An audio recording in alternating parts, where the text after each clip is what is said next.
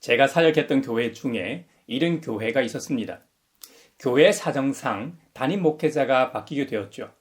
어느 교회든 마찬가지이지만 자신들의 입장에서는 인품 좋고 훌륭하다고 생각하는 목회자를 담임 목사로 청빙하고 싶어 합니다.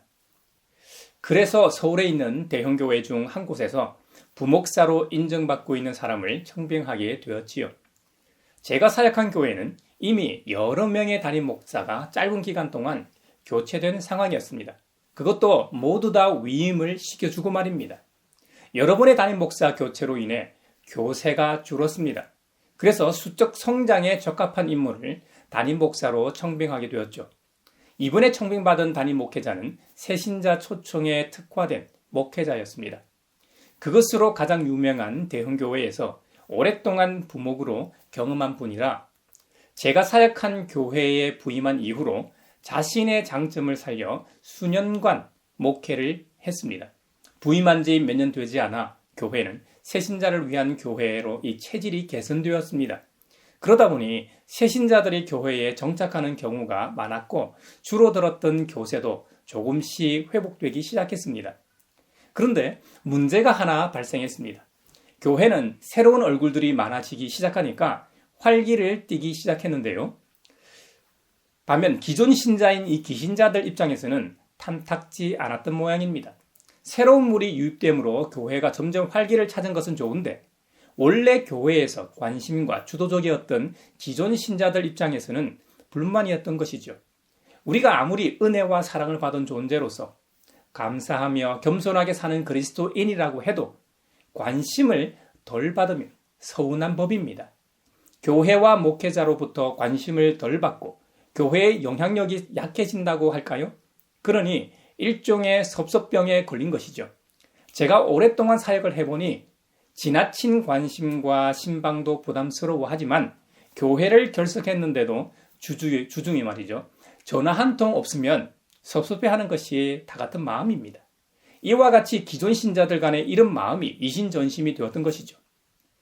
그래서 결국 활기를 띠던 교회는 기존 신자들과 새롭게 부임한 담임 목회자의 긴장 관계로 인해 새신자 목회에 특화되어 있던 그 목회자도 5년 정도 담임으로 있다 사임하게 되었습니다. 아이러니하게도 이 담임도 위임받은 상태였는데 보통은 위임도 신중하게 하게 되고 위임받은 목회자는 특별한 사유 없이는 사임하는 법이 없습니다. 그래서 교회들은 위임을 신중하게 결정합니다. 그 교회도 참 연구 대상입니다. 이와 매우 유사한 이야기가 오늘 본문 누가복음 15장에 등장합니다. 바로 잃은 아들 비유, 소위 돌탕이라고 불리는 돌아온 탕자 이야기입니다. 누가복음 15장에는 돌아온 탕자 이야기 외에도 두 가지 비유가 더 등장합니다. 잃은 양을 되찾은 비유, 그리고 잃은 드라크마를 되찾은 비유. 예수님께서 이 세 가지 비유를 말씀하신 이유는 예수님의 사명과 성육신 하신 후 예수님의 모습을 보면 이해할 수 있습니다. 예수님은 부적절한 사람들과 함께 먹고 마시며 즐기셨습니다. 그런데 당시 기존 예루살렘 사람들이나 유대인들이 볼 때는 끔찍한 악몽과도 같은 일이었습니다. 누가복음 15장은 이렇게 시작합니다. 세리들과 죄인들이 모두 예수의 말씀을 들으려고 그에게 가까이 몰려들었다. 바리새파 사람들과 율법학자들은 투덜거리며 말하였다. 이 사람이 죄인들을 맞아들이고 그들과 함께 음식을 먹는구나. 그래서 예수님께서는 그들에게 이 비유를 말씀하셨다고요. 바로 세 가지 비유, 잃은 양을 되찾은 비유, 잃은 드라크마를 되찾은 비유, 잃은 작은 아들을 되찾은 비유를 말씀하셨다고 성경은 기록하고 있습니다. 이 비유를 통해 예수님께서는 주님의 일을 어떻게 생각하셨는지 우리에게 증언하고 있습니다. 그리고 우리는 무엇을 해야 하는지 우리의 시야를 활짝 열고 계십니다. 이 성경을 읽은 독자들은 예수님께서 평소에 주로 어떤 부류의 사람들과 어울리셨는지 금방 알게 됩니다. 그래서 당시 기득권자층은 예수님이 함께 식사하던 사람들의 신분 문제를 걸고 넘어집니다. 이런 트집 잡기는 오늘날에도 우리가 쉽게 목격하는 장면입니다. 이런 트집 잡기는 너무나 무책임합니다. 뭐 아니면 말고식이죠. 언론으로 이미 사람을 매장시켜 놓고는 아니면 말고가 말이 됩니까? 누구든 어떤 단체든 자신의 말에 책임을 반드시 지는 사회가 건강하고 서로 존중하는 사회입니다. 그러기 위해서는 전면적인 헌법 개정이 있어야 하죠. 지금은 이런 얘기를 하는 시간이 아니니까 이 정도로 하고 다시 본문으로 돌아가서 예수님 당시 이 기득권자들이었던 바리새인들, 서기관들, 율법학자들 이런 사람들이 문제 제기했던 세리는 말이죠. 단지 세리라는 이유 때문에 미움을 받은 것이 아닙니다. 헤롯이나 로마 혹은 둘 다를 위해 세금을 돈을 거두었기 때문이었습니다. 누구 하나 그들에게 관심 갖지 않았고 사회적으로 철저하게 멸시하고 경계했던 대상들이었습니다. 게다가 유대인들은 이방인과의 접촉마저도 불결하다고 여기는 사람들 아닙니까? 세리들은 업무상 이방인과 정기적으로 접촉할 수밖에 없었기 때문에 부중하게 여긴 유대인들도 상당히 많았습니다. 또 죄인이란 상당히 포괄적인 범주 아닙니까? 성경에서 말하는 죄인이 정확히 누구인지에 대해서는 의견이 엇갈릴 수 있죠. 아마도 당시 지도층에서 규정한 죄인은 너무 가난해서 율법을 제대로 알지 못하거나 지키려고 노력하지 못했던 사람들일 겁니다. 이렇게 말하면 오늘날 우리로서는 도무지 이해할 수 없는 이유입니다. 하지만 요한복음 7장에 보면 예수님을 잡으려는 사람들의 이야기가 기록되어 있는데요. 그곳에서 짐작할 수 있습니다. 그들은 대제사장들과 이 바리새인들이었습니다. 이들이 소위 경찰 등 공권력을 동원해 예수님을 잡아오라고 했지만 군중들과 함께 있었던 예수님을 현장에서 잡을 수가 없었습니다. 군중들 중 많은 사람들이 당시 예수님을 예언자나 오실 그리스도라고 믿는 이들이 많았기 때문입니다. 그리고 예수님을 잡으려고 출동한 병력들도 현장에서 가만히 예수님의 말씀을 들어보니까 지금까지 아무도 그 누구도 하지 않던 권위 있는 말을 해서 자신들도 잡을 수 없었다고 보고하자 바리새인들이 이렇게 말했습니다. 너희도 미혹된 것 아니냐? 지도자들이나 바리새파 사람들 가운데서 그를 믿은 사람이 어디에 있다는 말이냐? 율법을 알지 못하는 이 무지렁이들은 저주받은 자들이라고 말했습니다.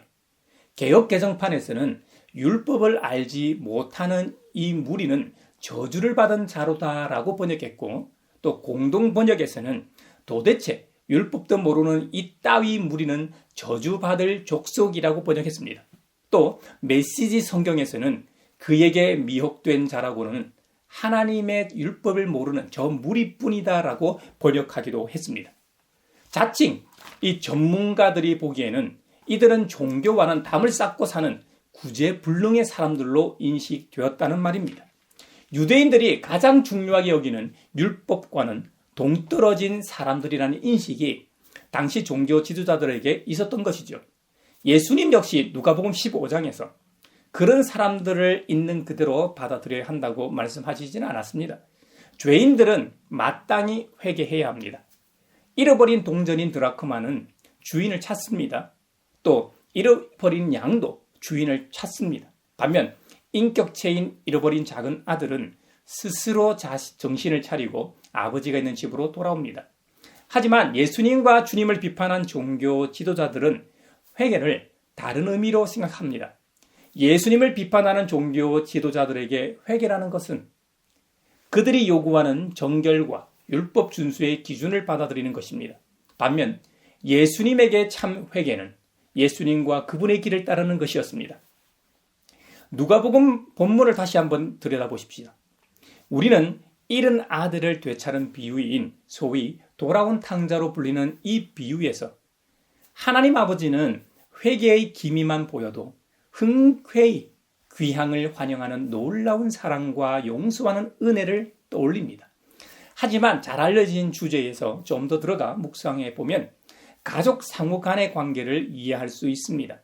누구나 가족 공동체에 소속되어 있는데요. 물론 핵가족 시대라서 1인 가족이 많긴 해도 그건 물리적으로 1인 가족이지 관계적으로는 혼자인 사람이 별로 없습니다. 어떤 사람에게 두 아들이 있었습니다. 아마도 아버지에게 재산이 많이 있었던 모양입니다. 그런데 작은 아들이 욕심을 내어 자기 몫을 미리 챙깁니다. 아버지 소유의 땅 절반을 챙겨서 다른 사람에게 팔아 넘겼을 겁니다. 아버지가 돌아가시기 전에 미리 자기 몫을 요구하여 아버지의 얼굴에 먹칠을 함과 동시에 가문에도 먹칠을 한 행위입니다. 고대 사회에서는 땅의 개념이 지금보다 더 중요했습니다. 더군다나 율법에는 땅은 하나님께서 당신의 백성에게 주신 기업이므로 더럽히지 말라고 하셨습니다. 우리는 땅을 통해 이익을 남기기 위해 사고팔고 이익을 추구합니다. 그로 인해 사람이 죽기도 합니다. 결국 가장 중요한 생명까지 잃게 만듭니다. 그러니까 작은 아들이 아버지 재산의 절반을 요구하는 것은 자기 아버지가 빨리 돌아가셨으면 좋겠다는 의미와 다르지 않았습니다. 아버지의 입장에서는 이 점도 충격이었을 겁니다. 오늘날에야 옛날이나 만약 이런 아들이 있다면 때리거나 내쫓았을 겁니다. 우리네 가족사를 들여다보면 자식들의 성공을 위해 있는 재산 없는 재산 다 긁어모아 뒷바라지하죠. 그런데 유대 사회에서는 특히 예수님 당시 문화에서는 그런 행동은 수치스럽게 여겼습니다. 더군다나 이 작은 아들은 노년에 접어든 아버지를 돌볼 의무마저 내던지는 행위였습니다. 작은 아들이 외국에서 쫄딱 망해 살기 위해 이 돼지와 관련된 일을 한 것으로 나옵니다. 레위기 11장에 보면 부정한 짐승 이 목록에 돼지가 언급되고 있는 것처럼 유대인들에게 있어 돼지는 부정적인 동물이었습니다.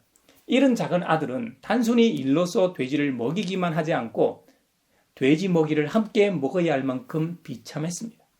이 배은망덕한 작은 아들의 아버지는 이 아들을 잃었다가 되찾은 아들로만 말하지 않고 죽었다가 살아났다고 여기며 잔치를 벌였다고 성경은 말합니다. 누가복음 15장에서는 부활 개념으로 승화시켜 말씀하고 있는 점에 주목해야 합니다. 성육신하신 예수님의 복음을 듣고 사람들이 회개하고 하나님께 돌아올 때 바로 이런 일이 일어난다고 말씀하십니다. 이것이 하나님의 사랑의 진면목이고 천국 환영 잔치입니다.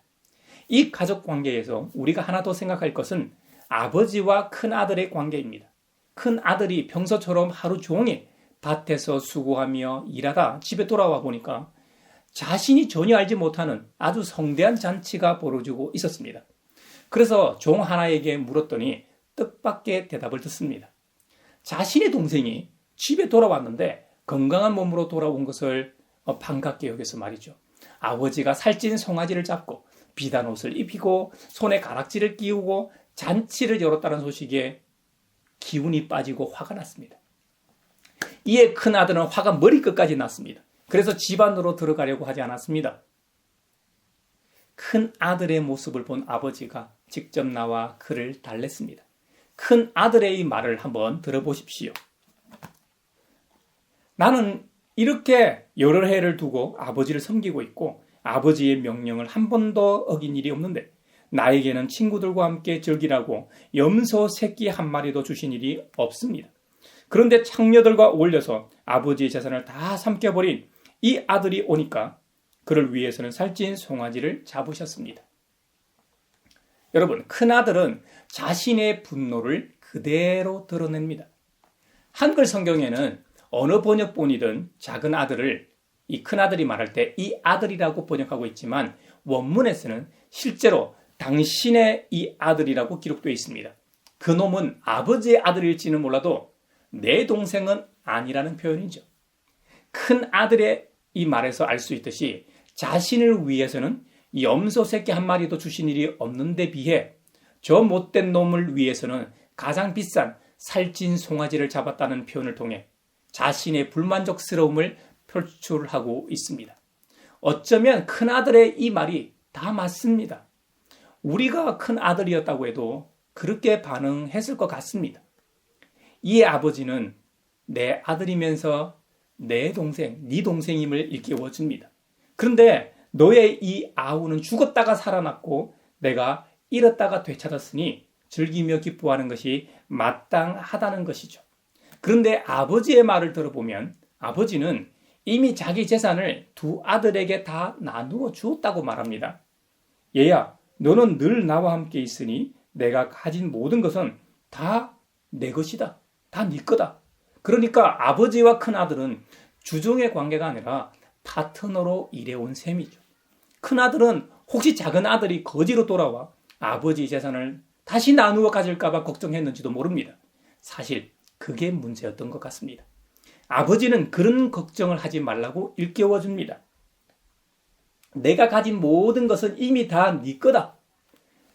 예수님께서 비유로 드신 이런 아들을 되찾은 비유에서 큰 아들은 다름 아닌 예수님의 반대자들입니다. 예수님 당시에는 종교 지도자들이고 오늘날에는 바로 저와 여러분입니다.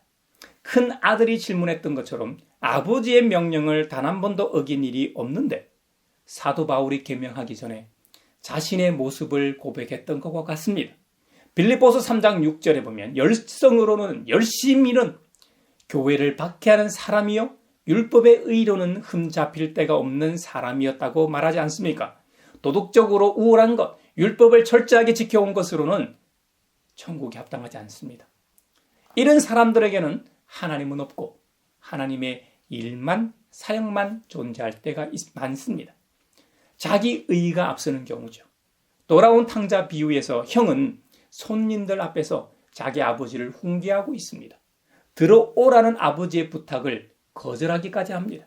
그런데 아버지는 자기 의에 사로잡혀 있는 이 큰 아들에게도 관대하십니다. 예수님은 자신의 반대자들에게도 관대하셨습니다. 그들도 복음을 깨닫고 천국 잔치에 함께 참여하길 원하셨습니다. 우리도 아버지의 이런 여유와 관용과 환대를 배워야 합니다. 오늘날 교회와 그리스도인들이 이런 태도와 모습을 보이길 원하신다고 저는 믿습니다. 물론 저도 잘 안 됩니다. 하지만 형제자매 여러분, 우리 모두 함께 노력하며 말씀대로 살기 위해 성령님의 도움을 받아 힘을 씁시다. 예전에는 잔치에 초대받지 못했던 사람들이 새로운 방식을 통해 천국 잔치에 들어와 있습니다. 사회적 약자요, 소외된 사람들이 하나님의 은혜로 주님과 교제하게 되었습니다. 이것이 이 비유에서 주님이 하시고자 하는 메시지입니다. 예수님께서 말씀하신 뭔가를 잃은 것에 대하여 되찾은 비유에서 우리가 기억해야 할 것이 있습니다. 예수님께서는 잃은 것을 되찾았을 때의 기쁨을 하늘잔치와 연결해 말씀하신다는 점입니다. 주님께서는 회개할 필요가 없는 의인 99보다 회개하는 이 죄인 한 사람을 두고 더 기뻐하는 것이 바로 하늘잔치라고 하셨습니다. 그렇다면 하늘의 잔치가 열려 천군 천사들도 동참하고 있는데 땅에 우리가 잔치를 열지 않는다면 하나님을 믿는 우리의 신앙과도 조화를 이루지 못하게 됩니다. 하늘에서 진행되는 이 놀라운 잔치를 깨닫는다면 지상의 일이 어때야 하는지 알 수 있습니다. 하나님 나라가 하늘에서와 같이 이 땅에서도 임하게 해달라는 주님의 기도의 핵심이 바로 이것입니다. 예수님 당시 종교 지도자들은 하늘에 가장 가까이 갈 수 있는 곳이 바로 예루살렘 성전으로 여겼습니다. 그것도 이방인의 뜰에서부터 지성소 안으로 갈수록 더 가깝다고 인식했습니다. 성전은 제사장을 통해 엄격한 정결 예식을 요구했습니다. 제사장이 아닌 평범한 사람들은 삶의 영역에서 율법에 준하는 엄격한 정결을 유지하는 것이었겠죠. 하지만 우리 예수님께서는 죄인 한 사람이 하늘의 빛을 보고 하나님의 길을 따르기 시작할 때마다 하늘에서 떠들썩하고 요란한 이 천국 잔치가 열린다고 지금 선언하고 계십니다. 이것이 이런 것을 되찾은 비유의 진짜 목적입니다. 사랑하는 형제자매 여러분, 돌아온 탕자 비유는 미완성으로 끝납니다. 우리는 그 뒤에 그 가족이 도대체 어떻게 됐는지 모릅니다. 동생은 어떻게 살았을지, 두 형제는 진짜로 화해했을까? 화해했으면 진짜로 화해했을까? 아버지가 돌아가신 뒤에는 형제간에 우애 있게 지냈을까? 그 결말은 우리가 이어가야 합니다. 우리 가양교회도 하늘나라가 원하는 모습으로 만들어가야 합니다. 우리 모두가 부활을 일으키는 주님의 도구로 살아갈 수 있기를 바랍니다. 여러분, 어떻게 하면 죽었다가 살아 돌아온 동생만이 아니라 자기는 아무 잘못 없다고 생각하는 형까지도 기쁘게 맞아들이면서 하나님의 사랑의 잔치를 열 수 있을까요?